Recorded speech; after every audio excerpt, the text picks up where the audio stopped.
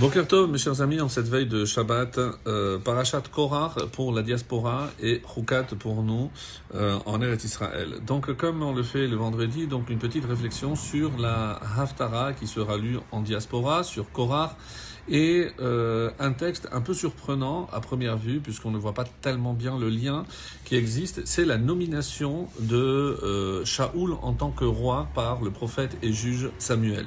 Alors, juste un bref rappel historique. Rappelons que après la mort, la disparition de Yehoshua, commence une période qui est appelée Shofetim. Il y a eu plusieurs juges qui se sont succédés, et ce pendant presque 365 ans, où il y a eu des juges qui se sont succédés, jusqu'à l'apparition de ce qu'on appelle la monarchie, le premier roi. Et on va voir que Hachem a vu d'un œil un peu réprobateur la demande du peuple juif d'avoir un roi, parce que même si la Torah exprime donc cette possibilité, cette éventualité, mais dans un seul et unique but, c'est de rappeler que le roi doit être non seulement entièrement soumis à Kadosh Baruch Hu, puisque son autorité dépend directement d'Hachem, mais parce qu'il doit être aussi un exemple pour le peuple. Et au départ, lorsque le prophète Samuel va, aller nommer un roi, et en la personne de Shaoul. Shaoul, le premier roi, Saül, qui au départ n'a pas fait l'unanimité au sein du peuple, puisqu'il pensait qu'il n'était pas apte il était extrêmement modeste, en tout cas au départ, Shaoul avait une envergure spirituelle extraordinaire, et le peuple n'a pas vu d'un bon œil que ce soit Shaoul le roi pour les diriger. Qu'est-ce qui s'est passé par la suite? C'est uniquement après avoir vaincu le roi Nachash de Ammon que, enfin, Shaoul va avoir en quelque sorte non seulement le soutien, mais l'approbation du peuple.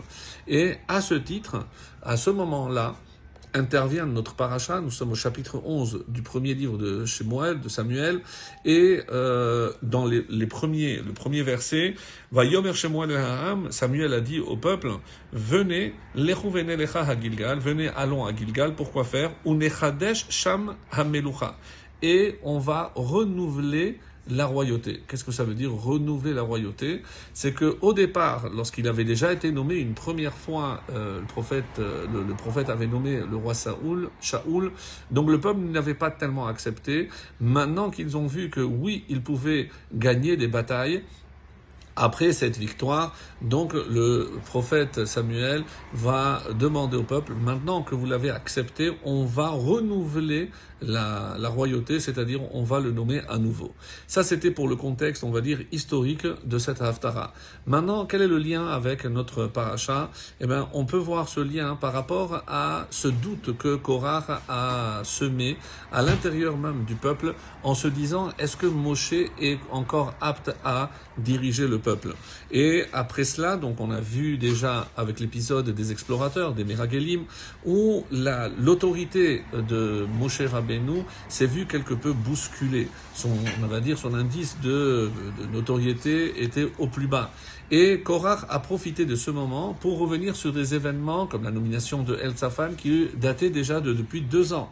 Donc assez étonnant. Pourquoi maintenant? Parce qu'il a compris que le peuple avait commencé à avoir des doutes sur le leadership de Moshe Rabbeinu et de son frère Aaron, en prétextant que ce n'était certainement pas certaines lois, certaines mitzvot, n'étaient pas le fait de Dieu, mais peut-être même de Moshe lui-même.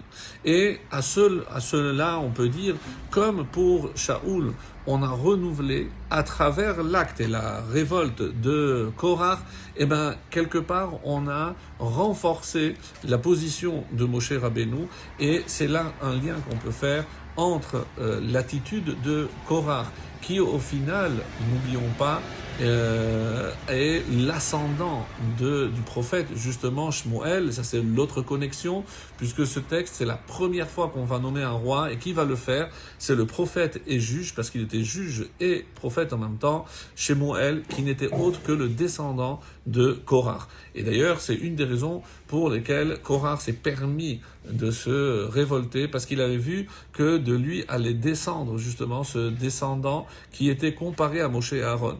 Donc donc ça lui a donné des forces et malheureusement, c'est aussi ce qui a causé sa perte. Donc Samuel va renouveler et un petit peu donc dans la comparaison que l'on peut faire, grâce à Korach, on a consolidé justement la place qu'occupait Moshe, comme après, ici comme elle lui raconté ici dans cette Haftara, lorsque le peuple a mis en doute, eh ben, grâce à cette attitude, Shemuel va encore consolider la place de Shaoul en tant que roi. Des fois, il y a des événements qui n'ont pas la conséquence ou l'effet escompté, mais tout à fait l'inverse. On a voulu mettre en doute et au final, qu'est-ce qu'on a remarqué? Que c'est ça qui a consolidé.